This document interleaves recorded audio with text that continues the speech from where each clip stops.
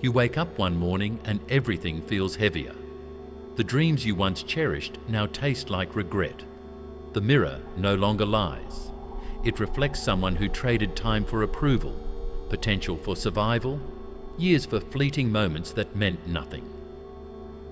A quiet panic stirs inside you, a whisper that says, "This isn't the life you were meant to live." But you silence it. It's easier to scroll, to work, to laugh at jokes that don't touch your soul, to survive another day inside a life that doesn't feel like your own. Nietzsche once said, "Your second life begins the moment you realize you have only one." Most people never do. They live as if they're immortal, as if mistakes can be undone, as if dreams can be postponed forever, as if apologies can repair decades of being absent from their own lives. You weren't taught to live, you were taught to obey, to walk paths paved by dead hands, to trade wonder for stability, to surrender dreams on the altar of survival. You were taught to confuse existence with life, but then something happens. Something breaks the spell. Maybe it's the death of someone you thought would always be there. Maybe it's a betrayal so deep it severs your identity. Maybe it's just waking up and realizing you no longer recognize the person you've become. Whatever it is, it shatters the illusion. And for the first time, you see clearly, you don't have forever. You have now. You have whatever breath is in your lungs this very moment. You have this fragile, brutal, beautiful chance to exist fully before everything you love and everything you are disappears. And in that moment, something extraordinary happens. You're no longer afraid to fail. You're terrified of wasting what's left. You stop asking for permission to be yourself. You stop apologizing for wanting more.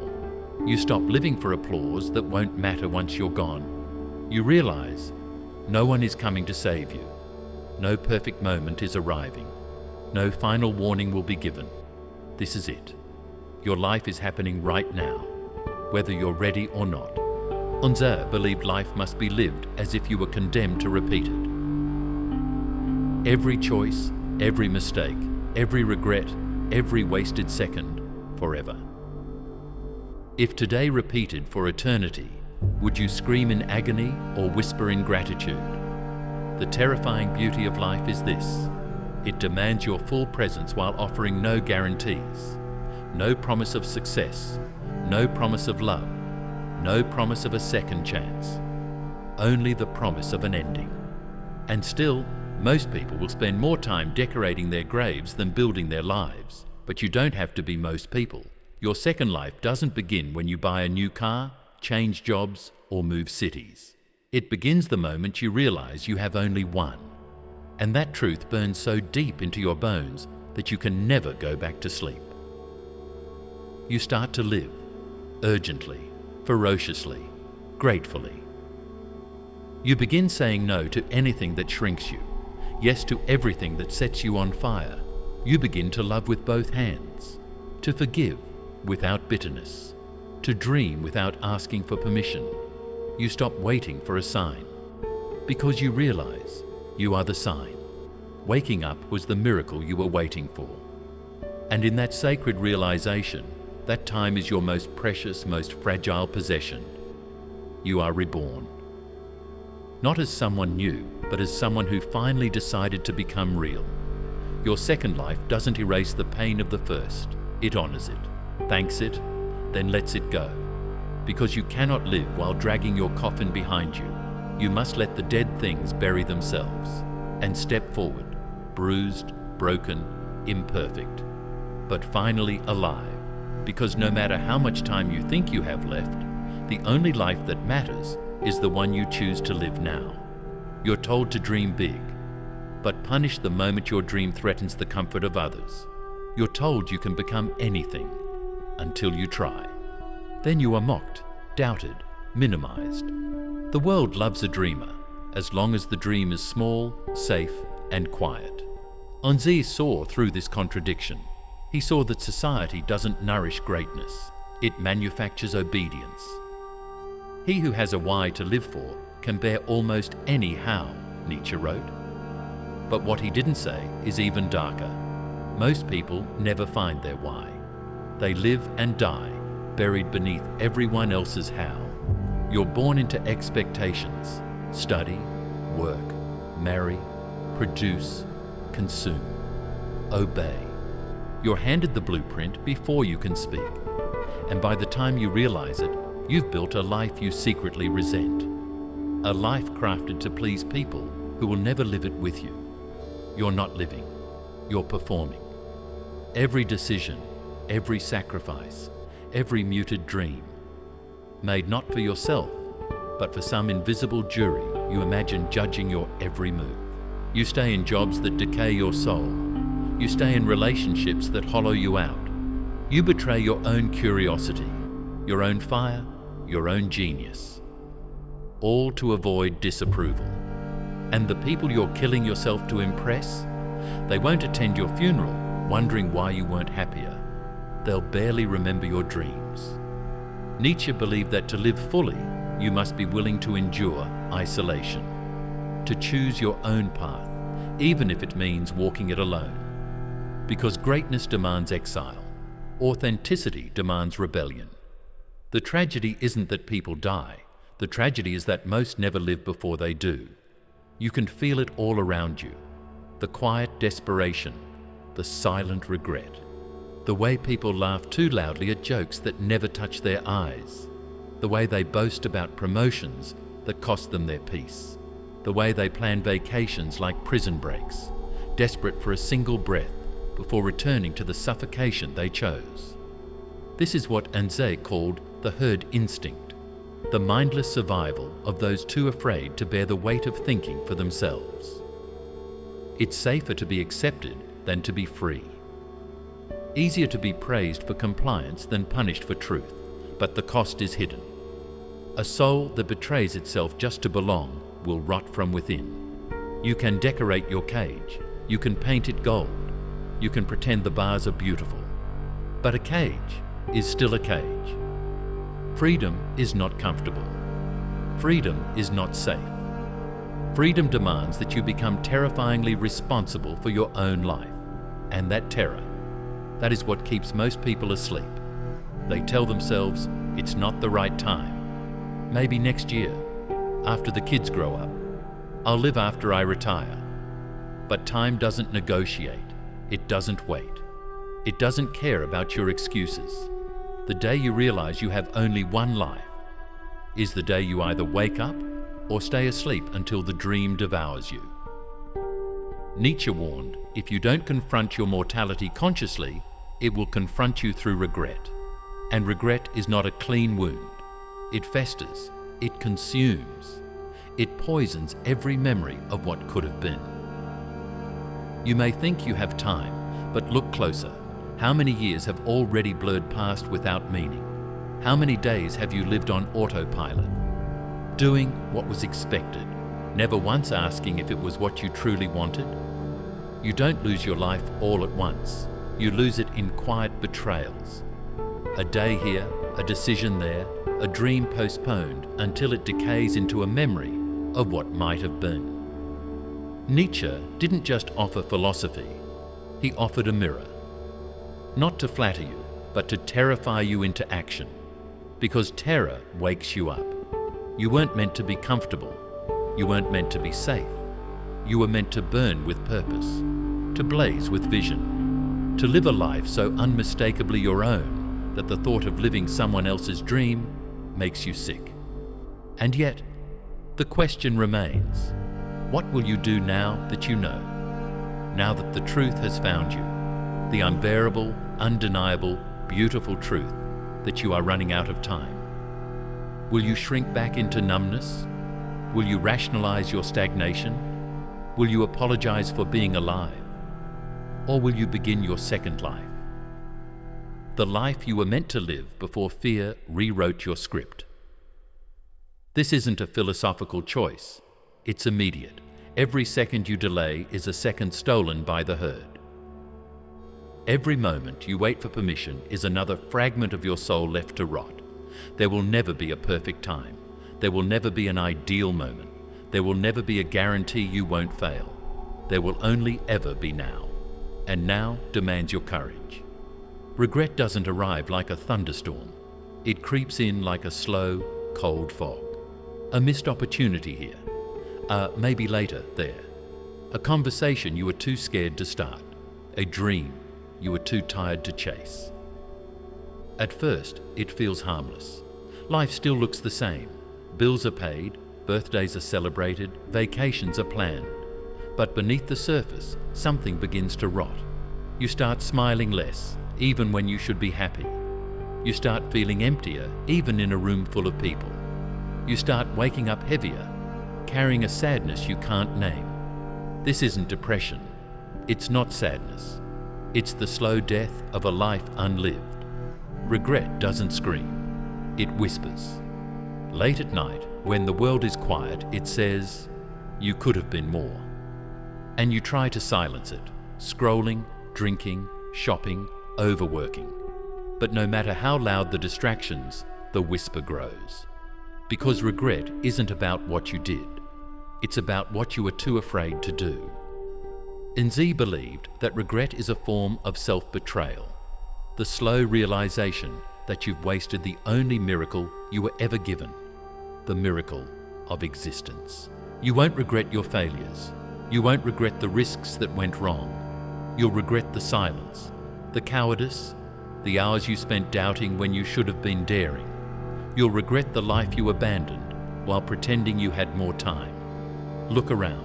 How many people do you know who are already dead, even though their hearts are still beating?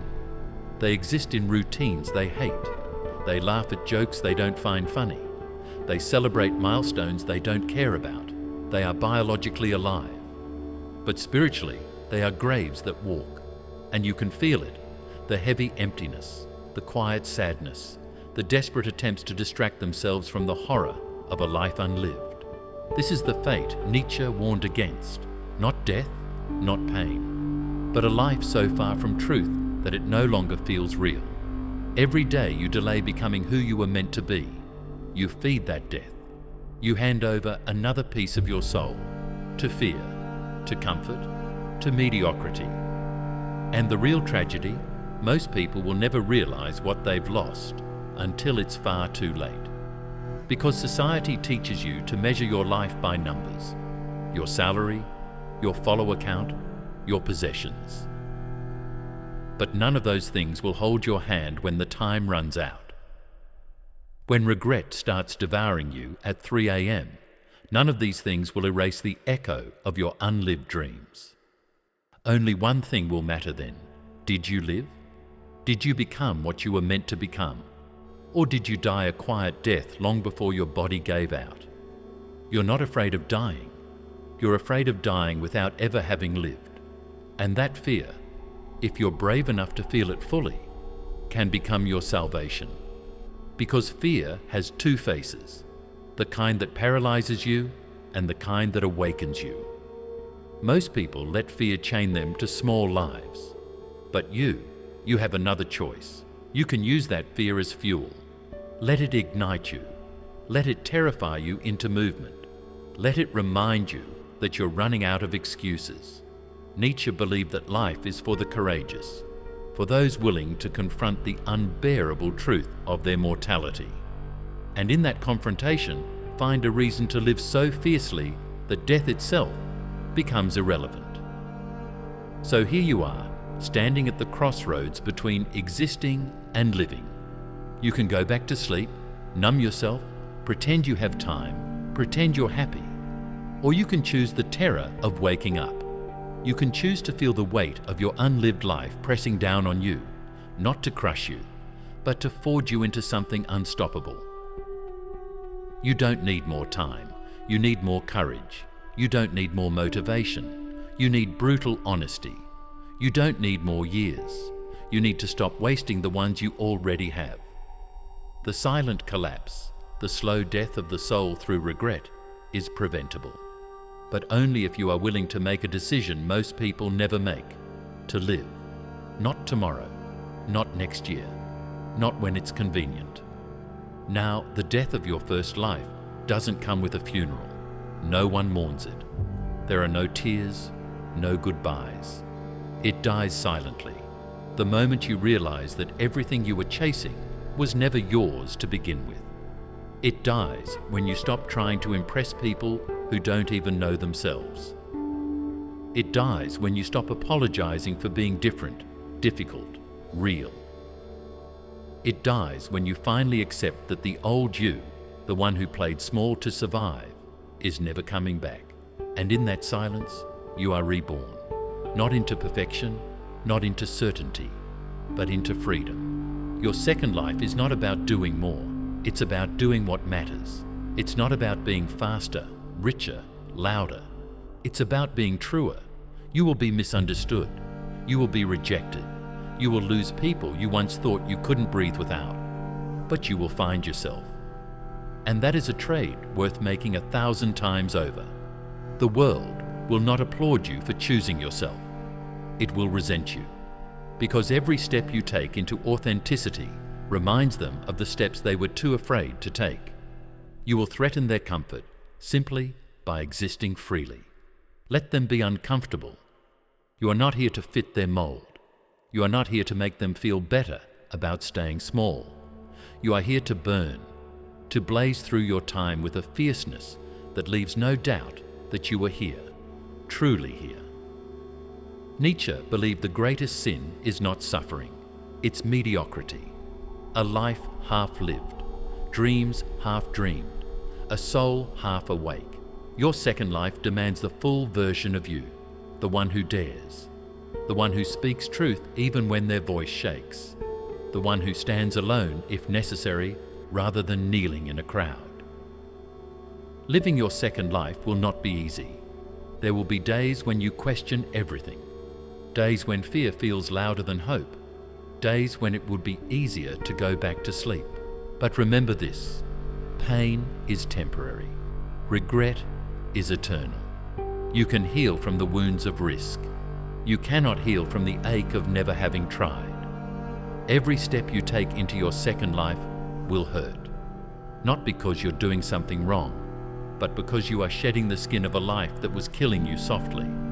You will grieve the old you, the one who tolerated disrespect, the one who watered dead gardens, the one who apologized for shining. But you will rise, not because you are fearless, but because you finally understand that fear is not a reason to stop. It's a reason to run faster. If you knew you had only 1 year left, truly knew it, you would not waste another second playing small. You would stop explaining your worth. You would stop shrinking to be digestible. You would stop waiting for someone else to tell you it's okay to live fully. You would live with urgency, with gratitude, with savage, unapologetic wonder. You would love the people who set your soul on fire. You would leave the places that made you forget your own name. You would chase the dreams that terrify you, because they're the only ones worth having. And you would not waste one more heartbeat asking permission. Your second life begins, not when circumstances change, not when people change, not when the world finally understands you. It begins when you change, when you decide, fully, fiercely, finally, that you are done surviving, that you are done existing, that you are ready to live, even if no one applauds you, even if no one follows you, even if no one understands you. Because the first life was for them. The second life is for you. The question is not, will you be afraid? You will be. The question is, will you choose life anyway? Because if you don't, you will spend the rest of your existence haunted by the ghost of the life you could have lived. But if you do, if you choose to burn brightly even for a moment, even if it costs you everything safe and familiar, you will die with nothing left inside you but gratitude. Gratitude that you didn't leave this world without ever showing it who you truly were. Final words to the viewer, emotional closure. You have one life, one fragile, fleeting miracle. Stop rehearsing. Stop waiting. Stop surviving. Live, right now, right here. Without apology. Because your second life is waiting, and it begins the moment you stop pretending you have time. Before you go, ask yourself, If today was the only day you were guaranteed, would you still waste it pretending? If this video awakened something inside you, comment below. I'm ready to live my second life. Not tomorrow, not someday, today.